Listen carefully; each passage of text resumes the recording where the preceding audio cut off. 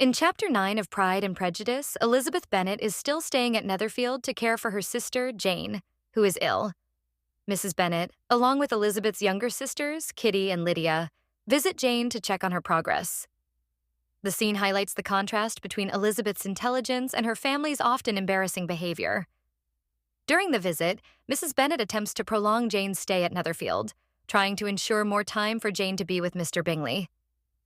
She exaggerates Jane's illness to influence Bingley into keeping her longer, much to Elizabeth's dismay.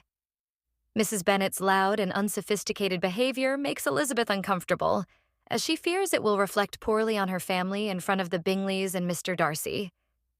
Lydia, the youngest Bennet sister, boldly asks Mr. Bingley when he plans to hold a ball, showing her lack of decorum.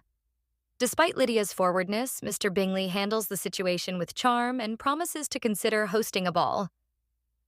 Throughout the visit, Darcy remains reserved and critical, particularly toward the Bennet family's improper behavior.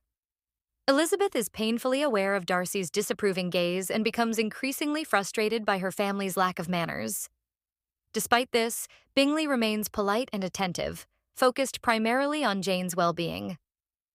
This chapter serves to emphasize the social differences between the Bennets and Bingleys, as well as the growing tension between Elizabeth and Darcy, who continue to clash in their views and judgments.